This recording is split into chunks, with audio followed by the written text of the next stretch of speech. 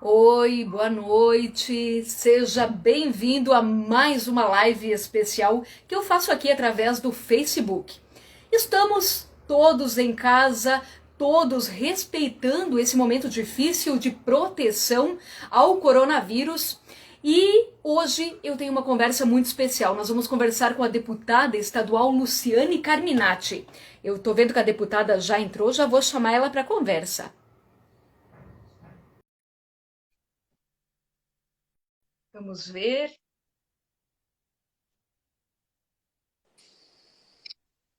Olá, deputada! Boa noite! Tudo bem, Patrícia? Tudo bom? Tudo bem, tudo bem. Muita satisfação em conversar contigo. Muito obrigada por aceitar meu convite para essa conversa, um bate-papo especial nessa noite.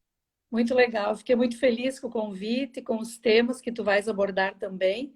E uma mulher aí, né? Muito legal. Certo, deputada, antes de mais nada, então, meu muito obrigada, agradeço muito a você e agradeço a também todas as pessoas que estão chegando para acompanhar a nossa conversa. Afinal de contas, nós vamos falar sobre dois temas muito importantes: questão de saúde e educação. Não dá para dizer qual tema é o mais importante. O fato é que em nossa região e todo o estado segue, não é mesmo, deputada, em bandeira vermelha, em registro vermelho, com nível de transmissão do Covid-19 em nível gravíssimo. A região oeste vive um caos na saúde, hospitais superlotados, sem vaga em enfermarias, em UTIs, e a gente reza para que o Covid, a transmissão pare, que as pessoas não fiquem doentes e não necessitem de atendimento de internação hospitalar. Deputada, eu gostaria de começar essa conversa contigo falando sobre essa questão da saúde. Eu acompanhei através das suas redes sociais que você tem estado muito presente, averiguando muito a situação e dando muito apoio, muito suporte, especialmente ao oeste do estado, que é a sua região, deputada. Conta para nós, deputada, o que que você tem feito e como é que você tem visto toda essa questão da saúde e esse caos que a gente se encontra. Então, quero primeiro cumprimentar todos que estão conosco aqui chegando, né? Um abraço muito forte. Então, uma preocupação muito grande. Nós, agora, dia 17 de março, completamos um ano de pandemia. E às vezes eu escuto, Patrícia, algumas pessoas dizendo: ah, mas o lockdown que foi feito no ano passado não cabia. Eu acho que, em primeiro lugar, ninguém vivenciou essa pandemia, ninguém sabia como agir. Nós fomos aprendendo a tatear medidas, descobrindo ações, mas eu sempre me pautei muito pelo que os profissionais da saúde, os pesquisadores, cientistas, epidemiologistas nos dizem. Afinal de contas, eu sou da educação e eu acredito que tem um diferencial quem estuda, né, sobre isso para falar com a gente que é meio leigo nesse tratamento todo de outros assuntos como essa pandemia. Então, nós vivemos um ano de muitas idas e vindas, mas um ano que não foi tão grave do ponto de vista da transmissão, da velocidade de transmissão do vírus, como está agora, e também da letalidade. Quando você ouve alguns médicos nesse momento, eles dizem o quê? Eles nos dizem que agora, diferente do ano passado, quando a pessoa descobre que está com o coronavírus e já num grau avançado, ela já vai para o hospital, vai ser entubada, diferente do que a gente vivenciou. E também tem um outro agravante, que é com relação à idade. Nós tivemos ontem uma pessoa de 34 anos que veio a óbito pelo Covid, bebês de 2 meses, criança agora de 13 anos. Então, isso quebra com todo aquele perfil que nós tínhamos, né? Do resultado do ponto de vista humano, do agravamento para a pessoa. Então, o que é lidar com o coronavírus agora, nesse momento? Nós percebemos no estado que a região que mais foi atacada nesta fase foi o oeste, embora, como você disse, agora já está no estado todo, né? Todo o Uhum. estado no nível gravíssimo. assim como o Rio Grande do Sul e também o Paraná. E deve se desenhar pelo país todo. O que nós fizemos enquanto deputada, enquanto bancada do Oeste também? Em primeiro lugar, é dar o suporte necessário para não faltar recursos financeiros. Então, logo que eu percebi o agravamento da crise, nós começamos a provocar os deputados na bancada, né? E eu fiz isso já por várias vezes. Olha, precisamos agir, está grave a coisa, é Chapecó, está faltando leito, precisa mais equipamentos. E prontamente o nosso presidente da Lesc, o deputado Mauro de Nadal, liberou 20 milhões para auxiliar na contratação de profissionais, mais equipamentos e novos leitos. O fato é que nós abrimos mais 50 leitos no HRO e ontem saiu o boletim também dos hospitais da nossa região, vários hospitais, né? O próprio Frei Bruno de Xaxim com novos leitos clínicos também, né? Xanxerê, acho que 10 leitos UTI Covid no Hospital São Paulo. São Miguel também, se não me falha a memória, são 10. Eu sei que tem vários hospitais nossos da região. Porém, Patrícia, não dá mais conta de abrir novos leitos, porque a velocidade do contágio ela é muito grande. Eu vou dar um dado aqui só. Nós temos um levantamento semana a semana, o crescimento de casos ativos e de óbitos em Chapecó, só para ter uma ideia, né? Semana a semana, desde o mês de novembro. Se vocês olharem, eu vou pegar aqui um dado aleatório. 5 de novembro, 471 casos ativos, 81 óbitos. 12 de novembro, que é uma semana depois, 473, aumentou 2. E 82 óbitos, aumentou 1. Agora eu vou pular isso e vamos para fevereiro. 11 de fevereiro, 1.750 casos ativos e 18 de fevereiro, 2.779.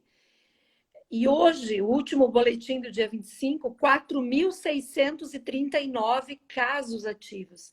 E óbitos, que era uma média de 3, 4, 5 por semana, do dia 11 para o dia 18, nós tivemos 20, e do dia 18 para o dia 25, 66 óbitos. Então, não dá para negar que a gente vive uma situação gravíssima no Oeste.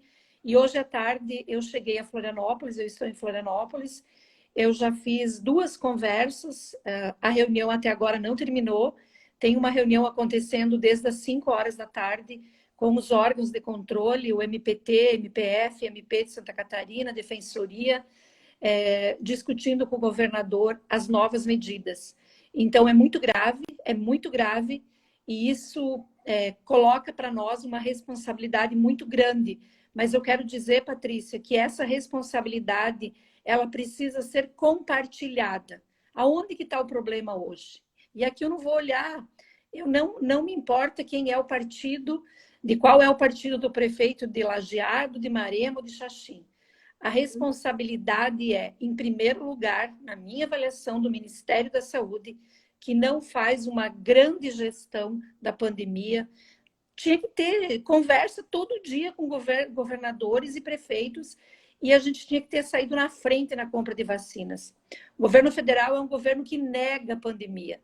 Tanto é que, se vocês fizerem um levantamento das fotos, imagens, nós temos que primeiro ensinar a ele a usar máscara. Ele nem usa máscara. Então, essas responsabilidades são compartilhadas. Tem responsabilidade que cabe ao presidente, ao ministro da Saúde, ao governo do estado, aos prefeitos, medidas locais, e a nós, cidadãos. Porque como é que você tem numa cidade como Chapecó, esse final de semana, 104 denúncias de aglomerações? Como é que pode isso? Não vai ter um policial para cada habitante nesse estado. Então, eu diria que temos responsabilidades diferentes, né? Uns mais, outros menos, mas todos temos responsabilidades. Deputada, você acredita, então, que o cenário poderia estar diferente caso o governo federal tivesse conduzido de maneira diferente toda essa doença, toda essa crise, que, afinal de contas, completamos um ano? Estamos completando um ano.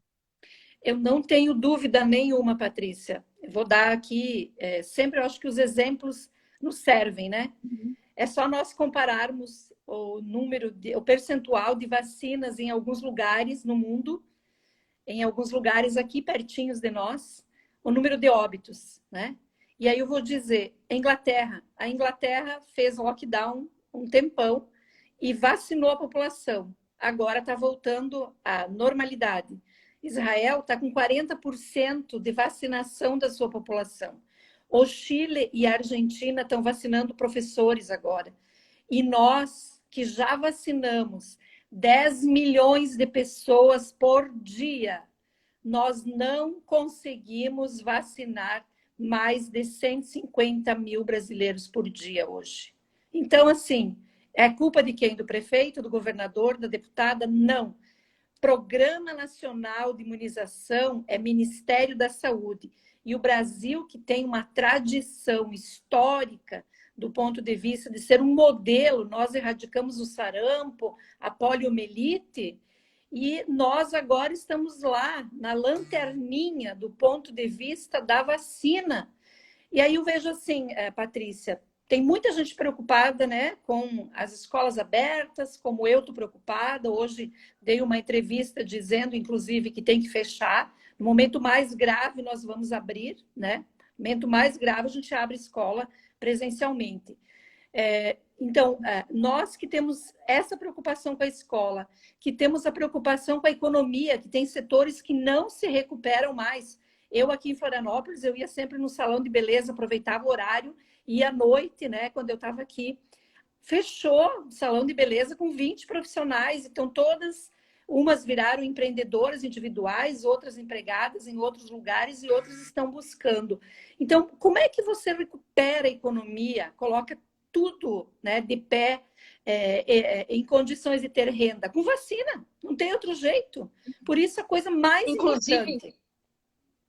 Inclusive, muitas mensagens que a gente está recebendo, deputada, aqui, as pessoas dizem, vacina já, cadê a vacina? Vamos vacinar, vacina urgente.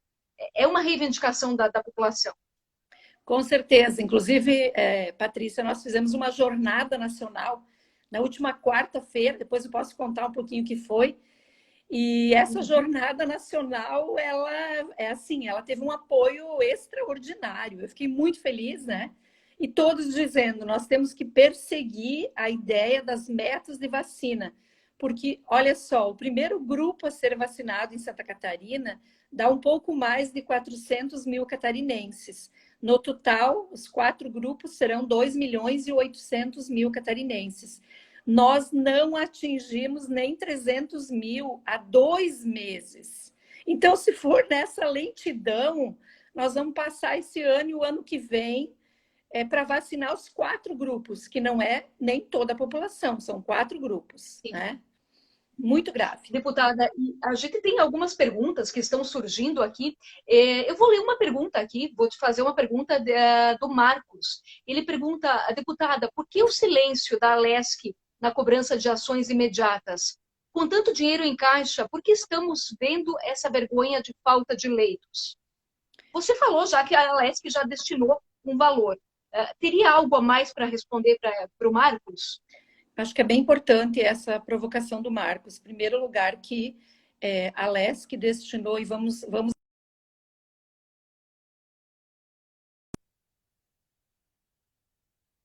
executivo, que executa. Esse recurso de 20 milhões é do orçamento da Alesc, que todo final de ano a gente devolve 100, 120, né?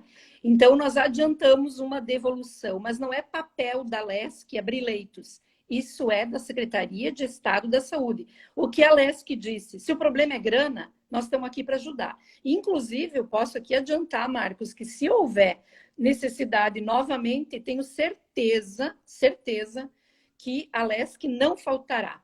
O problema é que hoje não é só abrir leito, ter grana para abrir leito, né, como o Chapecó está fazendo, então agora está estruturando a UPA com novos leitos, está estruturando o centro de eventos com leitos também, mas a gente esbarra num outro problema, que é a falta de profissionais.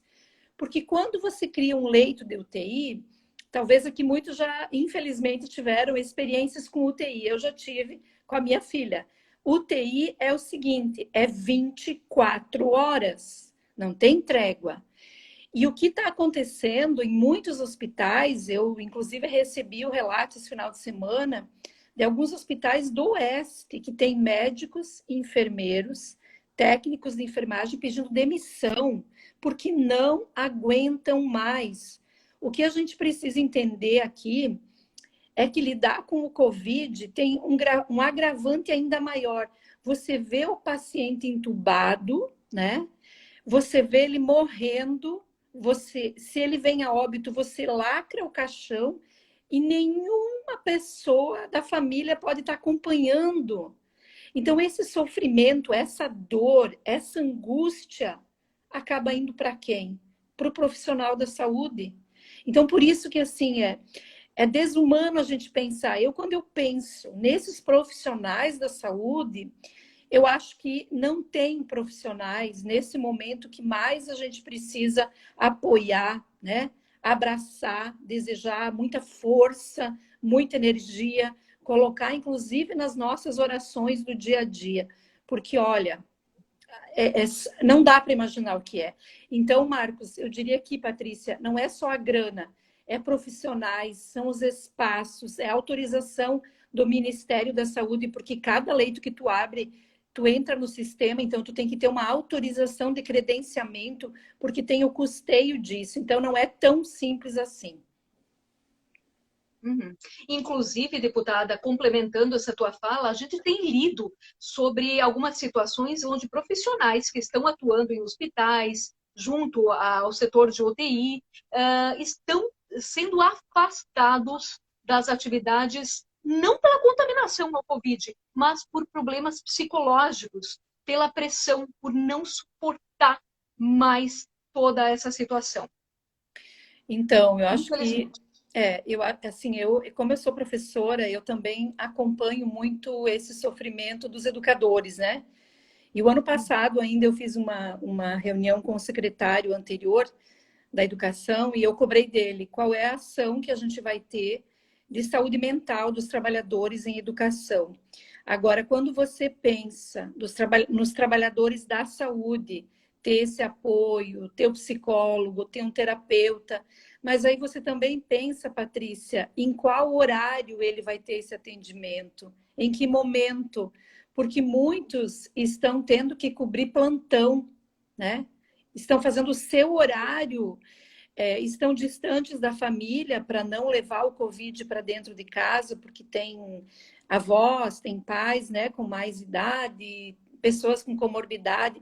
Então, você tem muitas vezes o afastamento da família, a sobrecarga de trabalho, e você precisa ter o apoio, mas em que momento vai ser o apoio? Então, para a gente compreender aqui, é por isso que eu fico assim, eu fico muito irritada com a situação que a gente está vivendo e também com as pessoas que não respeitam, né? Que ficam fazendo festa, se aglomerando, achando que não é consigo, que tem saúde, né? Presidente também, como eu falei aqui, dando mau exemplo.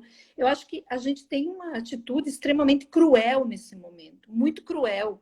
E falta solidariedade, respeito, humanidade mesmo, né? Para com o outro. Uhum.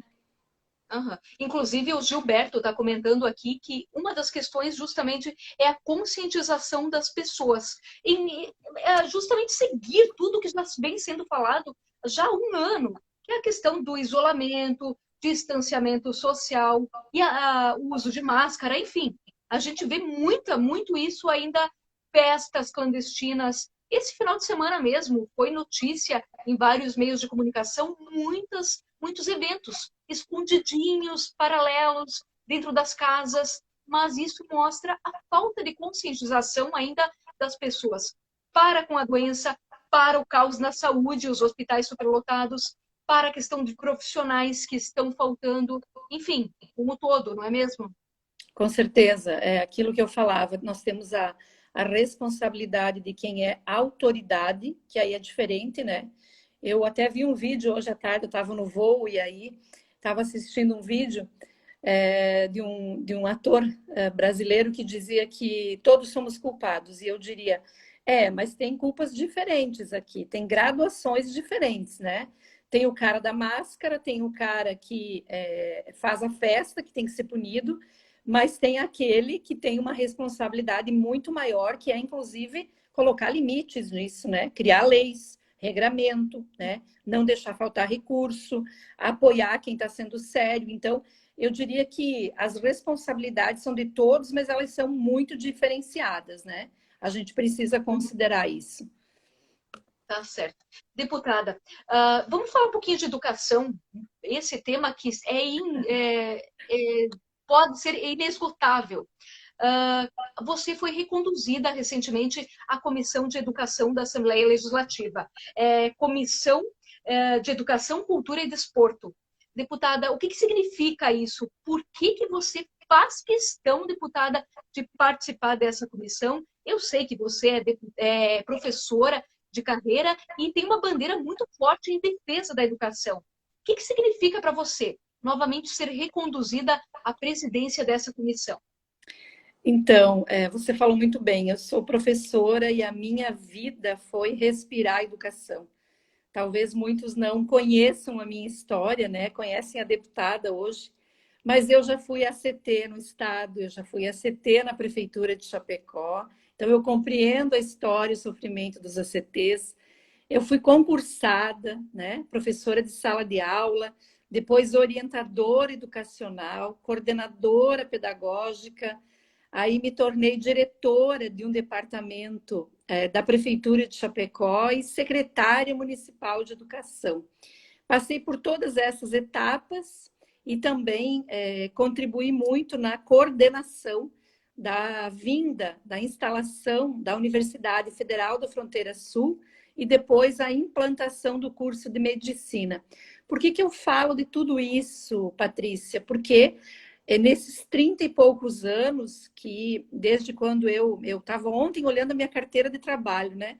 O meu primeiro contrato foi na iniciativa privada e eu trabalhei, meu primeiro contrato foi em fevereiro de 88. De lá para cá eu nunca, né? Nunca parei e fui sempre caminhando na linha da educação. Então, para mim, a principal comissão é a educação na Assembleia. Até algumas pessoas diziam, mas você tem que ir para a mesa, você tem que estar num outro posto. Eu disse, não, é na educação que eu me construo, que eu tenho minha história, minha vida, que eu acredito, que eu quero dedicar o meu esforço todo. E eu fiquei muito feliz com a recondução. Eu quero te dizer e aqui compartilhar, eu estou vendo que tem vários professores, né? Tem vários aqui. Tem sim. Estão junto. Eles estão sempre junto comigo. Onde eu vou, sempre tem gente acompanhando. É muito legal isso. Mas eu fiquei muito feliz, primeiro, porque dos 7 membros, né, junto comigo, apenas uma deputada se absteve, não votou contra, se absteve, e todos os outros, com muito carinho, né, nas manifestações, referendaram o meu nome. E o que eu fiz nesse tempo para ser reeleita, tá? Eu trabalhei muito para colocar a Comissão de Educação numa projeção nacional e de respeito no Estado. Então, hoje, se você chamar o Ministério Público e falar da educação, eles vão falar do nosso trabalho. Se você chamar o Tribunal de Contas e falar da educação, vão falar do nosso trabalho. Se você chamar o Fórum Estadual de Educação, o SINTE, Sindicato dos Trabalhadores em Educação, se você chamar a FECAM, todos vão dizer a deputada Luciane é a maior defensora da educação. Já tem até eu fui no evento do governo do estado alguns dias atrás, e foi muito engraçado, que foi o primeiro evento do atual secretário de Educação, e ele, quando foi cumprimentar os deputados, ele disse, bom, a deputada Luciane, eu não preciso dizer que é a maior ferrenha defensora da educação, né? E eu quero dizer que isso me dá muita alegria e muita responsabilidade, porque eu sei que as pessoas apostam muito no trabalho sério, no diálogo, e quando você tem que engrossar o caldo, né, Patrícia? Nós, mulheres, sabemos também endurecer quando precisa. a gente puxa o tamanco e dá na cabeça quando precisa. Porque é assim que eu acredito, é no diálogo, é naquilo que Paulo Freire chama de amorosidade, mas quando precisa dizer alto lá, nos respeitem, eu sei fazer isso muito bem. Então, eu estou muito feliz, né, reconduzida para continuar esse trabalho em defesa da educação e dos nossos profissionais e trabalhadores da educação. Uhum. E eu quero abrir um parênteses aqui para dizer que eu também vi nas suas redes sociais que você faz parte de diversas comissões da Assembleia Legislativa. Se não me engano, inclusive a deputada que mais tem representatividade em comissões. É isso mesmo? É isso mesmo, até esse final de semana teve um comentário de do Cacau, né? Que faz um quadro na TV e no jornal. E viralizou, eu recebi de gente do estado inteiro, né? Até mandei uma mensagem para ele ontem. E eu nunca falei com ele, né? Não o conheço pessoalmente, né? Mas reconhecendo também o nosso trabalho. Eu sou vice-presidente da Comissão de Finanças, que é barra pesada, Finanças e Tributação, presidente da Comissão de Educação. Eu sou membro da Comissão dos Direitos da Pessoa com Deficiência, Combate às Drogas. Vou coordenar a bancada feminina da Assembleia Legislativa este ano. Também sou membro da Comissão de Economia, Ciência e Tecnologia. Também da Comissão de Ética. Então, assim, e sem contar aqui, Patrícia, todas as frentes parlamentares que eu coordeno, que aí já tem várias também, em diferentes ações. É muito trabalho. É muito trabalho. Certo. Mas, deputada, vamos falar da educação. Nesse ano anterior, já, e agora, nesse ano também, o seu trabalho nessa comissão de educação da Assembleia, enfim, representando o nosso Oeste, tem sido muito grande na defesa dos professores e sempre prestando muita atenção como fica esse cenário do retorno das aulas. Afinal de contas, como a gente já destacou, essa questão do Covid, da pandemia, nós não estávamos preparados para nada disso, nem na questão da saúde, nem da educação. E agora, deputada, eu tenho visto pela imprensa que alguns municípios do estado voltaram às aulas, mas não é a realidade da maioria, né? Eu gostaria que você atualizasse um pouquinho isso. Como é que estão as aulas da rede estadual e também nos municípios, deputada? Então, vamos voltar um pouquinho para trás. No ano passado foi aprovada a lei que torna a educação um serviço essencial. Eu votei contra essa lei, tá? Votei contra, por entender, em primeiro lugar, que, para mim, que viveu a educação a vida inteira, não precisa de uma lei para dizer que a educação é serviço essencial. Não é na pandemia que você diz que a educação é serviço essencial. É no dia a dia, é na tua história, é naquilo que tu faz. Então, eu votei contra porque eu achei que era oportunismo. Deputados que nunca se envolveram na educação, da noite para o dia, acham que a educação é essencial. Mas ali foi uma jogada, só para dizer que não pode fechar. Quando, na verdade, o debate sério que nós temos que fazer são as condições de segurança das escolas, para daí sim dizer se ela pode estar aberta ou não.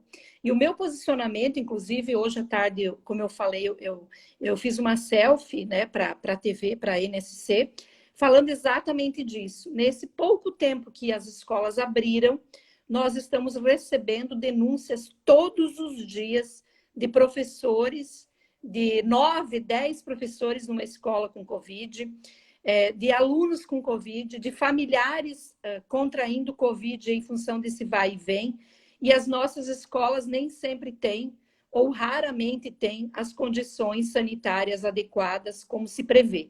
Então, o meu posicionamento é o mesmo posicionamento que eu ouvi das entidades na última sexta-feira, quando eu chamei uma reunião de trabalho.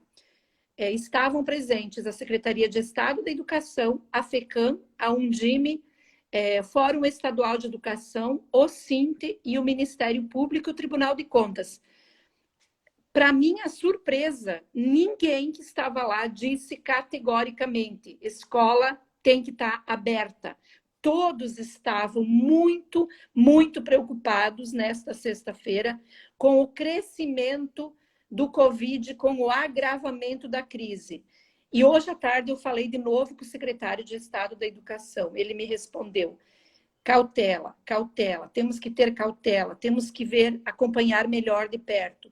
E eu disse, não, eu falei com ele para dizer, secretário, nesse momento de agravamento da crise, nós não podemos colocar mais pessoas em risco, nós temos que tirar essas pessoas do risco. E aí ele me disse, calma, eu estou vendo, cautela, e aí se reportou a reunião de hoje. Então, o que eu posso dizer aqui, Patrícia, a posição da FECAM, fiquei muito feliz com o presidente da FECAM, o prefeito Clenisson, que disse o seguinte, tem que agora segurar, tem que ser ensino remoto, e nós temos que vacinar, vocês estão certos, nós temos que vacinar os professores antes de voltar às aulas presenciais, que é um movimento que eu defendo. Eu digo o seguinte, escola aberta já, por isso, vacina já. Vacina já, não tem outra. Se a gente vacinar trabalhador da limpeza do refeitório, né, o trabalhador do transporte e o professor, nós temos uma certa proteção, porque os adultos, né, são acometidos com maior gravidade. Então, eu diria que esse é o movimento, vacinar, e nesse momento é recuar. Nesse momento eu defendo educação, ensino remoto. Vamos fazer presencial quando a gente tiver maior segurança. E essa sua defesa, deputada, vem desde o ano passado já, para incluir os professores, os profissionais de educação, enfim, todos os profissionais que atuam numa escola, que são diversos. Essa sua defesa pela vacinação já vem desde o ano passado, não é mesmo? Sim, inclusive não é novidade que as entidades têm ido ao Ministério da Educação desde o ano passado. E eu vou falar aqui de uma entidade que é bem representativa, para não falar que é sindicato, porque... não, eu vou falar de uma entidade que agrega todas as prefeituras, que é a Undime, União Nacional dos Dirigentes Municipais de Educação. Pega todos os partidos, todas as agremiações. A Undime esteve no Ministério da Educação em setembro do ano passado, dizendo para o ministro, por favor, coloque como prioridade a vacina aos trabalhadores da educação. Então, está todo mundo falando já há quase um ano, né? Não é novidade isso. Nós queremos a escola aberta, mas eu não tenho dúvida nenhuma que para um pai, eu sou mãe, tenho um filho de 8 anos. Você acha que eu prefiro ter o quê? O meu filho tendo aula como ele está tendo hoje, toda tarde, né? Das 2 até as 4 ele tem aula. Eu prefiro ele com essa segurança, com a minha mãe de 80 anos em casa, com ele segura, do que eu mandar ele para a escola e ele fica uma semana, aí começam os contágios, ele volta para casa de novo. Para que a gente tem que fazer isso, colocando em risco familiares e ele também? Então, é muito mais sensato que a gente aguarde, que a gente pressione, por isso nós fizemos essa jornada, para todos entenderem que a gente precisa pressionar, até a empresária Luísa Trajano está fazendo um movimento muito legal, que eu apoio, eu inclusive estou junto nessa campanha, que é vacinar todos os brasileiros até setembro. E ela é empresária, está liderando um movimento já com apoio de 75 mil pessoas apoiando a campanha dela. Por que uma empresária está fazendo isso? Porque ela também está vendo que se a gente não se mobilizar e pressionar, nós vamos continuar a ter um governo que prefere negar a pandemia. E aí os óbitos só vão aumentar. Na sua opinião, deputada, então, somente aquele plano de... o Placon, né? Me ajuda? É Plancom. Plancom. Somente esse plano, só ele não vai resolver. É que assim, Patrícia, o papel aceita tudo, né?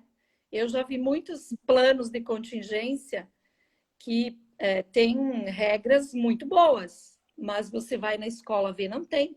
Lá no dia a dia não vai funcionar. Exatamente. A escola do meu filho, quando vem um pedido, você autoriza o teu filho aí para... É claro que agora em Chapecó está suspenso, então nós não tínhamos, né? Mas foi antes disso. veio um questionamento: você autoriza o seu filho a ir para a escola presencial? Eu respondi: eu quero ver o Plancon. E aí a escola respondeu: mas ele não está aprovado. Eu disse: mas então vocês não podem nem abrir, nem está aprovado ainda no comitê. Mas qual é o pai que sabe disso? Qual é o pai e mãe que está me ouvindo aqui, que sabe que a escola, que cada escola, não é um Plancon para o estado, para o município, cada escola tem que ter o seu. Os pais não sabem disso, né? Ou então responde lá: eu vou liberar meu filho para ir para a escola, não, eu vou deixar em casa. Mas a gente sabe, é do nosso conhecimento, de que a gente precisa primeiro conhecer as regras e ver, bom, uma regra lá, 1,5 m de distanciamento, mas aqui na sala tem 80% dos alunos, não tem 1,5 m, então não pode. A máscara para os professores, inclusive, eles têm que trocar a máscara a cada 2 horas. Mas não tem, os professores receberam 10 máscaras até março, não dá conta. O bebedouro não pode ser compartilhado. O material do aluno não pode ser compartilhado. A carteira, ele não pode trocar de carteira.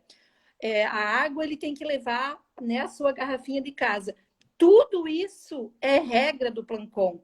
Os profissionais que estão no grupo de risco não podem estar na escola.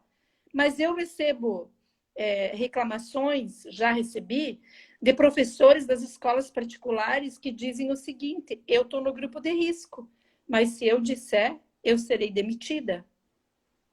Então, eu vou trabalhar sendo do grupo de risco. Então, a minha voz aqui, Patrícia, ela tem que representar esse conjunto, né? Claro que o ideal é ter uma escola aberta, mas o ideal é ter uma escola aberta com segurança. Essa tem que ser a nossa luta. Certo. Olha só, deputada, nós temos aqui a participação da Darlete. Ela diz que em Joinville, ela trabalha com educação infantil e está muito complicado. Joinville, mas eu recebi reclamação de Blumenau, de Joinville, de Chapecó, de Florianópolis. A gente tem estado afora, né? Em todo o estado. E o pessoal continua participando aqui, dizendo que realmente papel aceita tudo, professores preocupados. Olha, a Mari dizendo: o que será de nós, professores, meu Deus, pois precisamos trabalhar. Como você disse, deputada, tem essa preocupação também dos professores.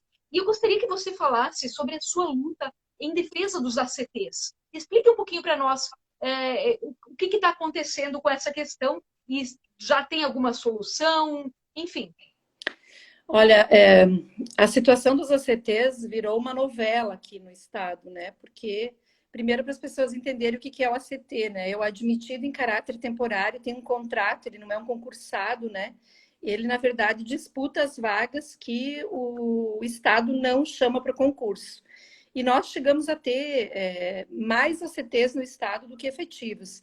Inclusive, a minha luta ela vem de muito tempo, porque há alguns anos atrás eu fiz uma representação no Ministério Público denunciando isso, já que nós temos uma lei, Patrícia, que diz o seguinte: do quadro total de professores, 80% tem que ser concursado, somente 20% tem que ser ACTs, e nós nunca conseguimos atingir isso.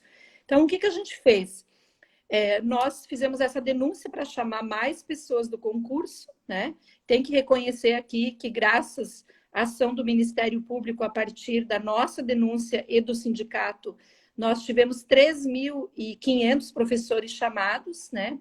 Entre professores e profissionais fora de sala de aula, mas o Estado vem tirando direitos dos ACTs, como modificou na lei em 2015 também. O ano passado, na pandemia, nós tivemos 2 grandes conquistas. A primeira conquista foi a garantia do contrato, aliás, da proibição da proibição da demissão dos ACTs. Nós conseguimos esta lei que foi inédita. No país inteiro as pessoas me ligavam nas prefeituras dizendo como fazer, né? Então, nós conseguimos garantir o emprego, porque a gente sabe, né, que na esfera pública sempre a corda estoura no lado mais fraco, né? Então, você tem pandemia deixa o professor. Já que não dá para demitir o concursado, demite o ACT. Então, a gente conseguiu segurar o emprego dos ACTs. E no final do ano, nós conseguimos prorrogar os contratos dos ACTs. A lei era muito simples, a lei dizia assim, para as vagas que não forem modificadas, você mantém o contrato. Então, se você tinha uma vaga de 40 horas, não diminuiu os alunos, não teve um concursado no lugar, a vaga é tua. Beleza, a lei ampara, foi aprovada. Mas a Secretaria de Educação conseguiu pegar isso e fazer uma tragédia. Todo dia tem idas e vindas. Então, faz uma normativa, troca, muda, faz a primeira chamada, dá problema, a gente denuncia, faz a segunda. Olha, para ter uma ideia, do início do ano até agora não está resolvido isso, né? A última semana eu fiz de novo uma conversa com o secretário e disse, olha, não dá, não tem transparência, a gente não sabe onde estão as vagas, os professores não conseguem ter a comprovação de qual vaga escolheram, né? A gente tem que ter acesso, se tem numa escola, né? Se você tem numa escola três vagas de 40 horas, tem que ter lá uma lista dizendo a Maria pegou essa 40, o João pegou essa e o Pedro pegou essa. É isso a transparência, entendeu? Não estou querendo aqui nenhum privilégio, mas transparência, critérios técnicos. E não tem isso, deputada, e isso não tem. Tá uma bagunça total, porque além deles se perderem nessas orientações, eles fizeram uma novidade esse ano. Claro que eu quero deixar bem explícito isso.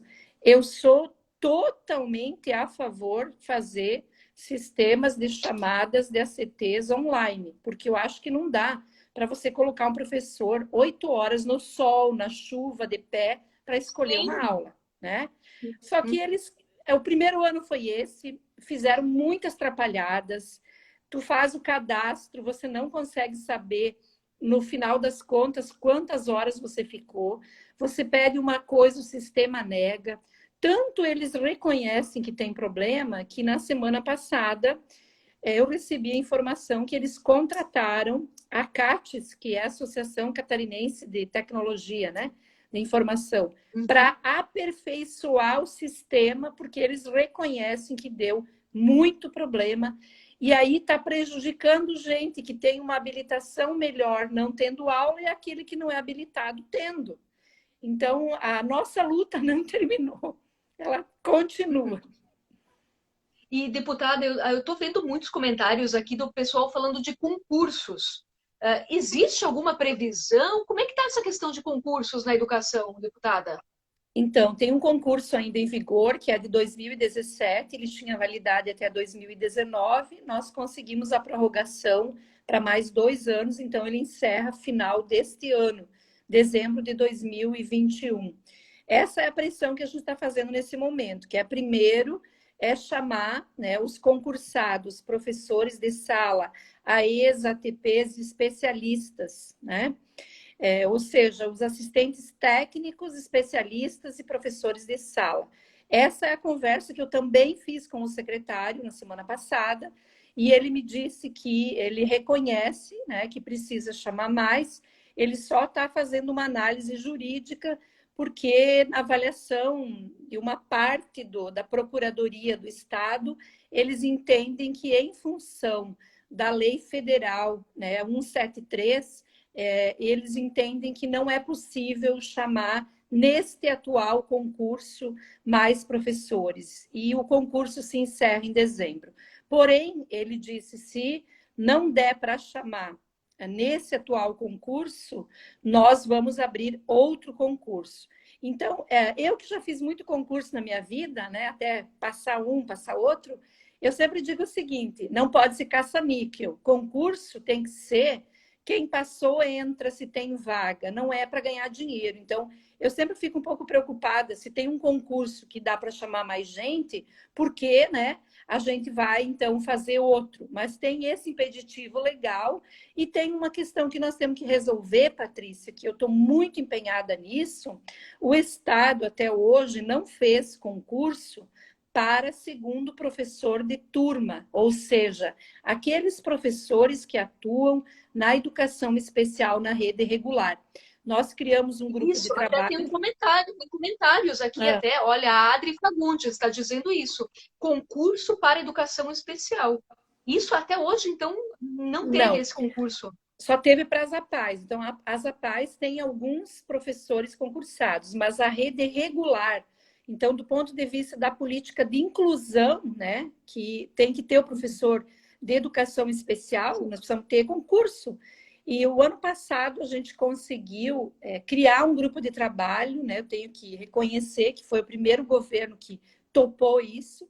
Nós fizemos um grupo de trabalho, nosso mandato, junto com a Secretaria de Estado, juntamos a Fundação Catarinense de Educação Especial, todo mundo envolvido na educação especial e na educação do Estado. E a gente formatou uma proposta, né, uma proposta de lei, de criar o cargo de segundo professor. E agora, então, o meu pedido ao secretário foi: vamos dar continuidade. Já temos a proposta de lei, precisamos que o governo, então, envie para a Assembleia, tem que ser do Executivo, criando o cargo de segundo professor, para depois de aprovar a lei, volta para o Executivo para abrir o concurso, né? Para a gente efetivar. Então, é uma caminhada toda, mas eu estou muito envolvida nisso, porque eu acredito que é inadmissível você pensar a educação brasileira sem uma política de educação especial do ponto de vista do Estado brasileiro, né? É isso que a gente precisa. Uhum. Deputada, e além de tudo isso, todos esses desafios, também você deve estar sempre em contato com o Sindicato dos Professores, que existe a possibilidade, existia, nos últimos dias eu não sei mais como está a situação, existia a possibilidade de haver greve. Como que está isso? Porque os desafios, as reivindicações da classe dos professores são inúmeros. Sim. Então, eu quero aproveitar, Patrícia, porque poucas vezes eu tenho espaço para falar um pouco dessa relação com o sindicato, né? E que bom que você tocou nesse assunto. As pessoas dizem, o mandato e o sindicato é tudo a mesma coisa. Não é bem assim. Eu tenho uma função que eu dialogo com quem gosta do sindicato e com quem não gosta, porque não é meu papel. Não é meu papel só dialogar com quem é sindicalizado, é com todos. Até para dizer, você tem que fazer luta coletiva e você tem que ir para o sindicato. Mas o meu papel é esse, é maior e é de autonomia. A mesma coisa o sindicato. Quando o sindicato decide por começar uma greve ou por terminar, eu sou comunicada, só comunicada. Eu não entro lá numa audiência ou numa assembleia do sindicato para dizer vocês têm que fazer isso, porque eu acho que é um processo, né, próprio de construção, né, de crescimento, eles lá atuando e eu cá. Agora, é claro que como eu sou defensora da educação, tudo que vier de demanda do sindicato, que é para beneficiar os trabalhadores, eu estou aqui na trincheira para fazer o meu papel. Então, quando eu recebi a informação de que o sindicato tinha deliberado por greve sanitária, eu confesso para ti que eu fiquei surpresa. Mas o que eu disse, bom, decidiram, agora tem que ver como que eu atuo, né? Primeiro, para a gente garantir aquilo que os trabalhadores da educação estão reivindicando, né? Porque a gente não faz luta para ter greve, a gente faz luta para ter uma educação melhor. Esse é o objetivo final, né? Sim, Então, sem esse dúvida. é o caminho, né? Mas aí depois, logo eles tiveram uma assembleia e decidiram por não fazer greve sanitária. Então, eu respeito as posições, greve ou não greve, todas as vezes que decidiu por A ou por B, o meu papel, como eu digo, não é decidir por eles, é ajudar quando eles tomam a decisão, né? E ajudar a fazer com que a luta avance, com que a carreira avance, com que as condições de trabalho avancem. Então, eles recuaram, e o que eu posso dizer? Eu não sei te dizer, honestamente, se vai ter assembleia logo com essa pauta. Não saberia te dizer. Eu só sei que hoje o sindicato, inclusive, entrou com uma ação, eu vi no Instagram, o Sint entrou com uma ação na justiça em função da segurança dos trabalhadores em educação, né? Porque no Rio Grande do Sul já teve uma decisão de uma juíza suspendendo as aulas presenciais. Então, o que está acontecendo Olha só. o que está Olha que acontecendo notícia importante essa. sim, bem importante. Rio Grande do Sul já tem essa decisão. Dos contatos que eu tenho, Minas Gerais também, dos contatos que eu tenho nos estados, Minas Gerais também o sindicato entrou com uma ação e conseguiu a suspensão das aulas presenciais. Então, o Sinte também entrou, nós não sabemos como vai ser o resultado, mas eu acho que o fato de entrar com essa ação mostra a grande preocupação que a gente tem, né, todos nós, com a saúde dos trabalhadores em educação. Sem dúvida, sem dúvida. Deputada, olha só, para a gente aproveitar nosso tempo, que está quase dando 1 hora, e 1 hora o Instagram costuma derrubar as lives, eu gostaria de falar contigo sobre o Dia da Mulher. Logo, estamos chegando nessa data tão importante, e você é uma mulher catarinense muito batalhadora, que assumiu grandes responsabilidades e grandes defesas. E na Assembleia Legislativa tem um papel muito importante de defesa de várias classes, não só dos professores, como você destacou, você representa, está em várias comissões discutindo vários assuntos e, enfim, na sociedade como um todo. Deputada, fale para nós a importância da mulher, quais são os desafios, ao que comemorar hoje em dia, 2021, vivendo uma pandemia, o que temos para comemorar e quais são os desafios, deputada? Olha, Patrícia, acho que são enormes os desafios, né? Eu também não gosto de fazer uma fala derrotista. Eu acho que nós mulheres, eu, você, tantas que estão aqui conosco, se a gente olhar as gerações passadas e as gerações futuras, a gente construiu muita coisa, né? Tem uma professora minha, que era minha professora universitária, ela fez um artigo que eu sempre cito esse artigo. O título era A Revolução Silenciosa das Mulheres, porque a gente não pegou em armas, né? E a gente foi se ressignificando e refazendo costumes e refletindo com a sociedade sobre a ideia da igualdade, de valores mais justos e mais humanos. Eu acho que há, sim, muito o que comemorar. Nós estamos aqui em duas mulheres falando. Se a gente olhar para trás, isso era impossível, né? Há um tempo atrás. Mas a gente tem muita, muita caminhada a fazer. Se a gente olhar do ponto de vista político, é inimaginável que a gente tem governos locais, estaduais, federais, que não têm mulheres na linha de frente, né? Empresas que discriminam o salário da mulher por ser mulher, né?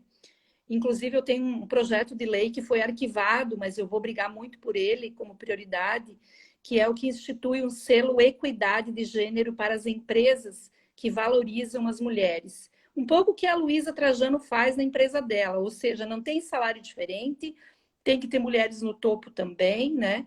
E tem que reconhecer que uma mulher tem que levar o filho para o médico, quando adoece, normalmente fica com a mãe, não com o pai. Então, tem que ter uma política diferenciada, porque isso é pensar também na condição de trabalho, de saúde, de vida da mulher.